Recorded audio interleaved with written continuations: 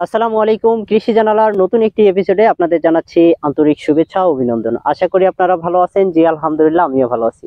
দর্শক, আজকে হাজির হলাম নতুন একটি ভিডিও নিয়ে। আর আজকের ভিডিওতে আলোচনা করব ধানের অত্যন্ত ক্ষতিকারক একটি পোকা, মাজরা পোকা নিয়ে।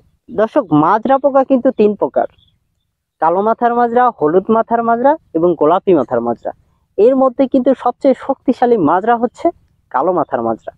দর্শক, আমরা যেটাকে মাজরা বলি, যেটা ডগার ভিতরে ঢুকে ডগা ছিদ্র করে ফেলে, উপরে শুকে যায়, টান দিলে উঠে আসে ডগাটা, এটাই কিন্তু মাজরা পোকার আক্রমণ।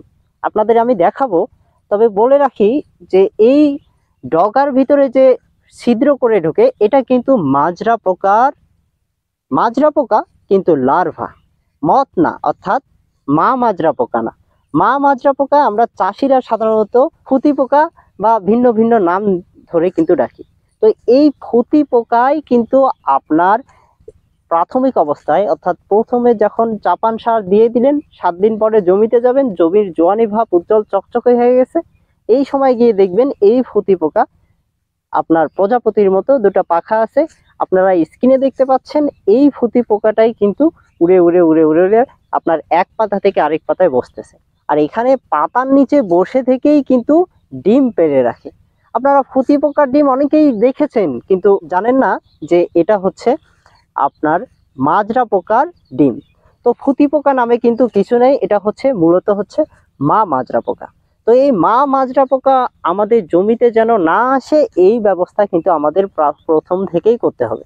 তো এই মা মাজরা পোকা দমনের জন্য আমরা সাধারণত ক্লোরিপাইরিফস প্লাস সাইফারমেথ্রিন অথবা শুধু ক্লোরোপাইরিফস ব্যবহার করে থাকি।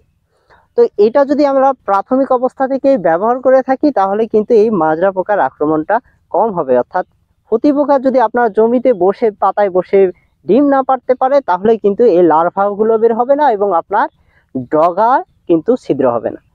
এই মা মাজরা পোকা আপনার ফসলের ক্ষতি করে না, কিন্তু যে ডিমটা রেখে যাচ্ছে এখান থেকে প্রায় 200 বা 250-র অধিক কিন্তু লার্ভা বের হয়। এই লার্ভাগুলোই কিন্তু আপনার ফসলে ক্ষতি করে থাকে। তো দর্শক, এর দরুন কিন্তু আমাদের প্রথম থেকেই এই মাজরা পোকার বিরুদ্ধে কিন্তু অ্যাকশন নিতে হবে।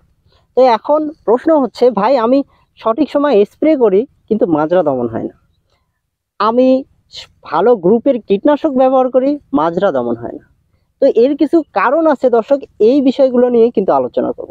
খেয়াল করে দেখেন, আপনি যদি আপনার ফসলের আইইউডিএস করে সঠিক রোগ বালাই চিহ্নিত করে আপনি যদি সঠিক সময় সঠিক মাত্রায় সঠিক কীটনাশকটা বা ছত্রাকনাশক বা ফাঙ্গিসাইড ব্যবহার করেন, তাহলে কিন্তু 100% আপনি যেভাবেই ব্যবহার করবেন আপনার কাজ হবে। আপনি যদি কম, অর্থাৎ কড়া কীটনাশক না ব্যবহার করে হালকা পাওয়ারের কীটনাশকগুলোও যদি ব্যবহার করেন, তাও কিন্তু কাজ হবে। কিন্তু এর জন্য আপনাকে সময় নির্ধারণ করেই স্প্রে করতে হবে। তো দর্শক, মাজরা দমনের জন্য আপনি কাটআপ ব্যবহার করতে পারেন, ফিপ্রোনিল ব্যবহার করতে পারেন, কোলেন্টার নিলিপ্রল ব্যবহার করতে পারেন, থায়ামেথাক্সাম ব্যবহার করতে পারেন, শুধু অ্যামাবেক্টিন বেনজোয়েট প্লাস ক্লোরিপাইরিফস ব্যবহার করতে পারেন। এই গোত্রের কীটনাশক ব্যবহার করলেই আপনার মাজরা পোকা দমন হবে, কিন্তু সঠিক সময় ব্যবহার করতে হবে। তো এই যে গোত্রগুলো আপনাদের কথা বললাম, যে টেকনিক্যালগুলোর কথা বললাম, এই টেকনিক্যালগুলো যদি আপনারা ঘোরায় ফেরায় 3 টিপে স্প্রে করে দেন, প্রথম, দ্বিতীয় এবং কাস্থারের আগে যদি স্প্রে করে দেন, আপনার জমি চকচকে থাকবে। মাজরার অ্যাটাক হওয়ার আগেই যদি আপনি ব্যবহার করেন, তাহলে কিন্তু আপনার জমি সুরক্ষিত। দর্শক, আপনার জমিতে যদি মাজরা পোকার সিমটম দেখা যায়, তাহলে বুঝবেন ওই জমিতে আরো ডিম আছে, মা মাজরা পোকার ডিম আছে এবং লার্ভা তো আছেই, কেননা ডগা ছিদ্র করে ফেলছে। তো এর জন্য আপনি আগে থেকেই যদি ব্যবস্থা নেন, তাহলে কিন্তু আপনার এই ক্ষতি আর হবে না। দর্শক, তো আপনারা কখন কি পরিমাণে এই গোত্রের যে টেকনিক্যালগুলোর কথা বললাম, এই টেকনিক্যালগুলো আপনারা কখন কতটুকু মাত্রায় ব্যবহার করবেন। দর্শক, মাজরা পোকা শুধু নয়, আপনি যে পোকাই দমন করতে চান না কেন, আপনাকে ঠিক এইরকম সময় নতুবা সকালবেলায় স্প্রে করে দিতে হবে। দর্শক, খেয়াল করে দেখেন, মাজরা পোকা আপনার ফসলের কিন্তু ডগায় ছিদ্র করে। যে নিভেলে পানি থাকে, এই ডিম থেকে কিন্তু মাকড়সার আঁশের মতো ঝুলে ঝুলে নামতে থাকে এবং পানিতে পড়ে যায়। পানি থেকে সাঁতরে সাঁতরে যে ডগার কাছে চলে যায়, ওইখানেই কিন্তু ছিদ্র করে মাঝখানে মূল কষিটা কিন্তু কেটে ফেলে। তো দর্শক খেয়াল করে দেখেন, এরা কিন্তু বাস করতেছে হচ্ছে ডগার ভিতরে, ধানের গুচ্ছের নিচের অংশে।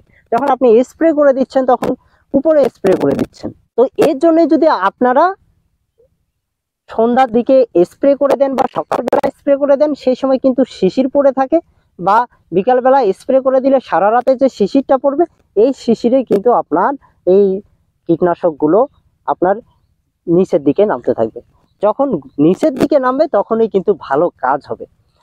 আরেকটা পদ্ধতি, সেটা হচ্ছে আপনারা টেকনিক্যালগুলো যেগুলো ব্যবহার করতেছেন, এগুলো যদি সিস্টেমিক ব্যবহার করেন, অর্থাৎ পাতাতে যদি পরে পুরো গাছটা হয়ে যাবে, পুরো গাছটা বিষাক্ত হয়ে যাবে, পোকার গায়ে পড়েও সরাসরি মারা যাবে, এবং পোকা যদি ওই পাতা বা ডগা ছিদ্র করে সেখানেও কিন্তু পোকা স্টক করে মারা যাবে। তো দর্শক, আপনারা কতটুকু পরিমাণে ব্যবহার করেন? আপনার জমিতে যদি বেশি আক্রমণ না হয় সেক্ষেত্রে আপনারা ক্লোরোফাইরিফস প্লাস সাইপারমেথ্রিন, তার সাথে কিন্তু লুফেনিউরন বা অ্যাবামেটিন বেনজোয়েট দিয়েও কিন্তু আপনার প্রাথমিক অবস্থায় কিন্তু অল্প খরচে মাজরার হাত থেকে আপনার ফসলকে রক্ষা করতে পারেন।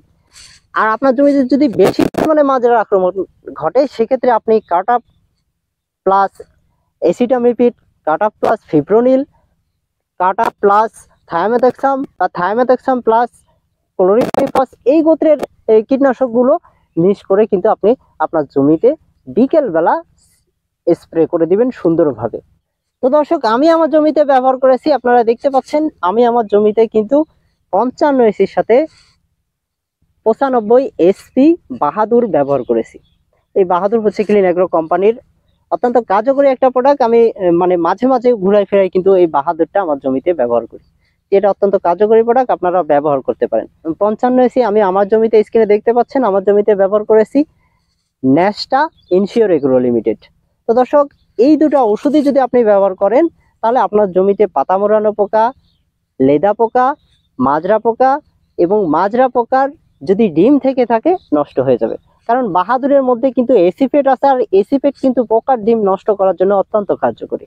তো দর্শক, আপনারা 16 লিটার পানিতে বাহাদুর 25 গ্রাম এবং 16 লিটার পানিতে ন্যাস্টা 55 এসি 25 মিলি হারে ব্যবহার করবে।